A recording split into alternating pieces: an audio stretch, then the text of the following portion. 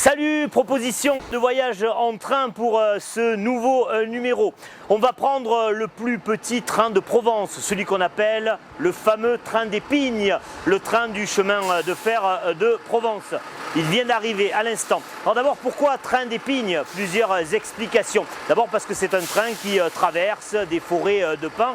C'est un train nature et puis il y a une autre histoire qui moi me plaît beaucoup, c'est qu'à l'époque, il y a longtemps, les jeunes gens, pour impressionner les filles, descendaient du train parce qu'il n'allait pas très vite, allaient attraper ou ramasser plutôt des pommes de pin, rentraient à nouveau dans le train qui était toujours en marche et offraient ces pommes de pin aux demoiselles assises. Moi, c'est cette explication que je préfère. Alors aujourd'hui, le train dit des Pignes a été modernisé, mais il reste très pittoresque. Et avec lui, nous allons traverser tout l'est de la Provence, partant ici des Préalpes jusqu'au bout en quelque sorte de la Provence. On ne va pas aller jusqu'à Nice, parce que le train des Pignes va jusqu'à Nice. On va s'arrêter à Entrevaux, une sympathique cité médiévale qui a été réorganisée par Vauban. Voyage dans ce fameux train des Pignes, c'est maintenant. J'y vais parce qu'ils viennent d'ouvrir les portes.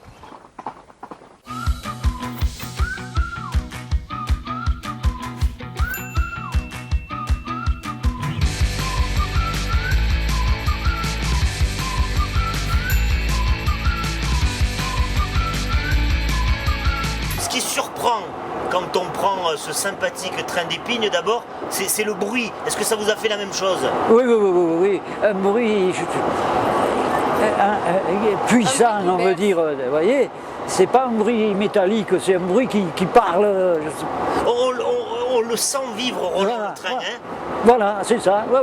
Pourquoi il est important pour les Provençaux que nous sommes de prendre un jour le train des Pignes? Parce qu'on en entend parler depuis notre plus tendre enfance.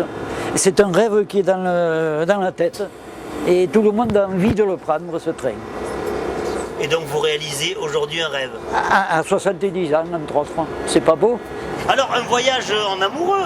Un amoureux, offert par les enfants, pour l'anniversaire de mon époux. Qu'est-ce qui, au début, en montant, d'abord, est-ce que c'est une première fois?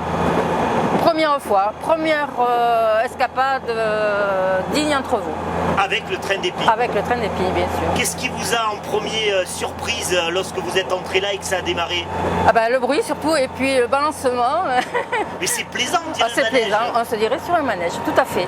Ouais, c'est vraiment agréable. Pourquoi, pour la Provençale que vous êtes, il est important un jour de prendre le train des Pignes? Surtout pour qu'il y ait la continuité, qui ne s'arrête pas, parce que c'est l'escapade, c'est le bonheur, c'est les vacances, un petit peu quand même. Ouais, ça serait bien triste que notre petit train s'arrête un jour. Ah oui, tout à fait.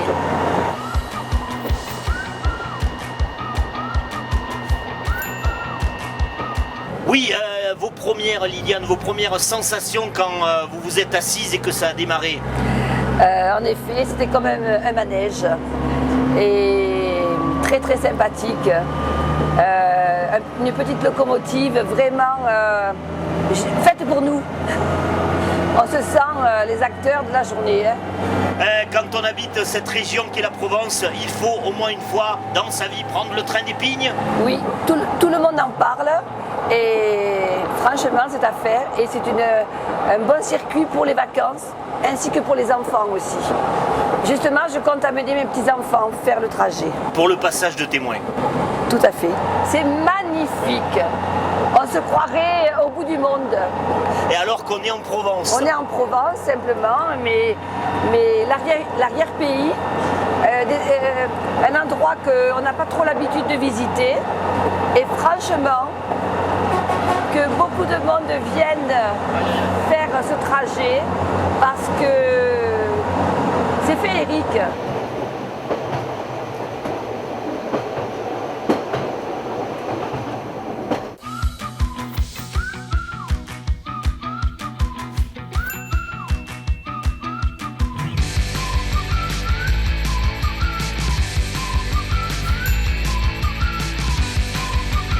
Je vous vois là appareillé d'appareils photographiques. Pourquoi vous avez pris tout ça dans le train des Pignes?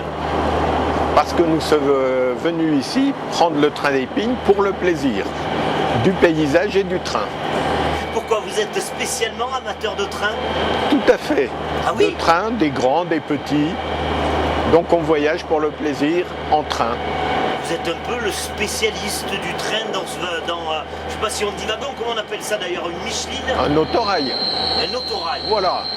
Qu'est-ce qu'il a de particulier notre autorail alors, du point de vue du spécialiste ou de l'amateur de train que vous êtes? C'est la voie ferrée que nous sommes venus voir. Qu'est-ce qu'elle a? Elle a le plaisir de la montagne et du chemin de fer. Des tunnels, des viaducs, des ouvrages d'art magnifiques. Alors on dit, et je m'adresse là encore aux connaisseurs, on dit que l'écartement de la voie n'est pas le même qu'ailleurs. Voilà, c'est un écartement métrique, 1 mètre, parce que c'était une voie de montagne très difficile à construire et pour les voies de 1 mètre, c'est un peu plus facile. Franck, ça fait un petit moment que je vous observe là et j'ai l'impression que l'une des qualités de ce travail, c'est le sens de l'équilibre. Qu'est-ce que ça bouge? Tout à fait, ça bouge pas mal, en effet. On a pas mal au cœur quand on est contraint de faire une tâche et d'essayer de tenter de garder l'équilibre comme on est en train de le faire tous les deux. Plutôt mal au mollet, on va dire, plutôt mal au mollet. Ouais, c'est ça le symptôme? En effet, écoutez, moi je viens d'arriver, je suis rentré au mois de janvier. Après un examen carré, écrit et une formation poussée, j'ai été habilité au mois de mars, ça fait un trimestre que je roule. Et oui, c'est vrai que... Donc mal au mollet. Ouais, non, franchement, ouais. Le premier mois, ouais. Franck, en quoi consistent vos missions, votre tâche au sein du train d'Épingle? Avant tout la sécurité, s'assurer que les usagers voyagent en toute sécurité, dans de bonnes conditions, les renseigner le cas échéant, aider, assister mon conducteur dans sa tâche journalière. Il a énormément de responsabilités, très certainement plus que moi. Donc je fais de mon mieux, je mets tout en œuvre pour l'aider au maximum.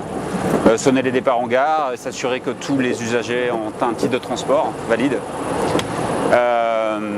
Oh, c'est déjà pas mal. C'est déjà pas mal. C'est déjà pas mal. Mais j'en oublie. Vous êtes originaire, Franck, de quel endroit? Ah, de Nice. Ah, alors Un donc vrai le Niçois. train d'Épingle fait partie du décor de votre lieu d'origine. Une institution. Une institution. Une institution. Ouais. Vous, c'est une fierté donc de travailler pour cette compagnie? Une grande fierté, un sens d'accomplissement, ouais, très grande fierté, en effet. Qu'est-ce qu'ils vous disent ceux et qu'est-ce qu'elles vous disent celles qui montent là, les touristes, les visiteurs, on en voit beaucoup prendre des photos? Ils sont assez émerveillés. C'est un train qui a beaucoup de caractère, une ligne qui a beaucoup de caractère, un paysage magnifique, des montagnes, très souvent le beau temps et très pittoresque, très très particulier.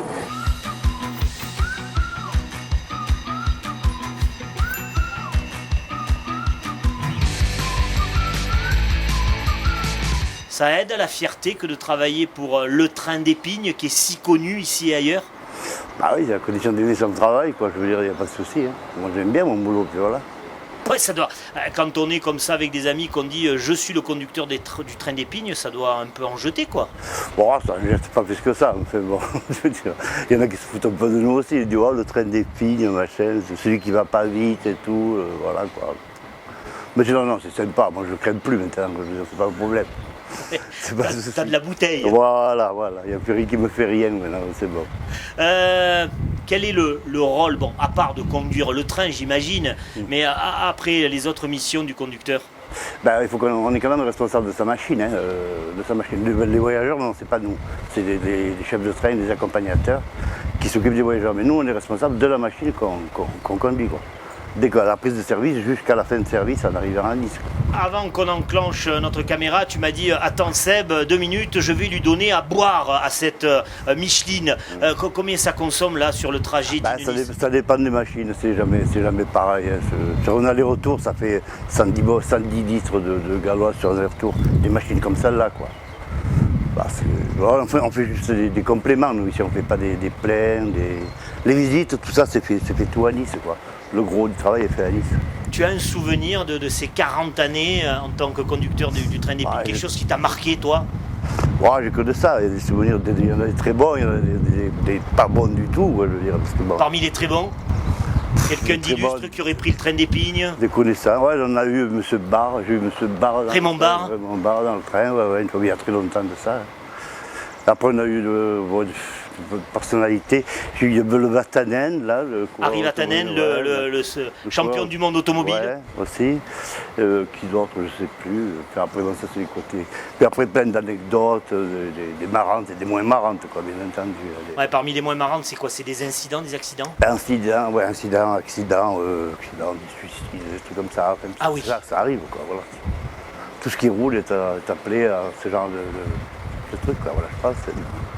Dans quelques mois, lorsque tu vas quitter cette célèbre compagnie, chère au cœur des Provençales et des Provençaux, ça va te manquer ou bien ouf? Oh, certainement, oui, mais je commence à me en avoir marre aussi. Mais c'est bon, c'est vrai qu'il va me manquer un petit truc, hein, quand même, hein, c'est sûr. Ça va faire un petit truc, ça va changer un peu ma façon de vivre et tout. Hein. Je ne regarderai plus la montre, c'est déjà pas mal. Merci. En tout cas, merci Arthur d'avoir accepté de répondre à nos questions. On n'a pas pu le faire alors qu'on était dans le train pour des raisons de sécurité, c'est bien compréhensible. Les conducteurs ne pouvaient pas nous répondre parce qu'ils étaient attachés à leur travail. Merci, et puis comme j'ai dit tout à l'heure, à toi pour la retraite, bon rail, je ne sais pas si on dit ça. On dit ça. Bon rail, bon rail Arthur, et merci.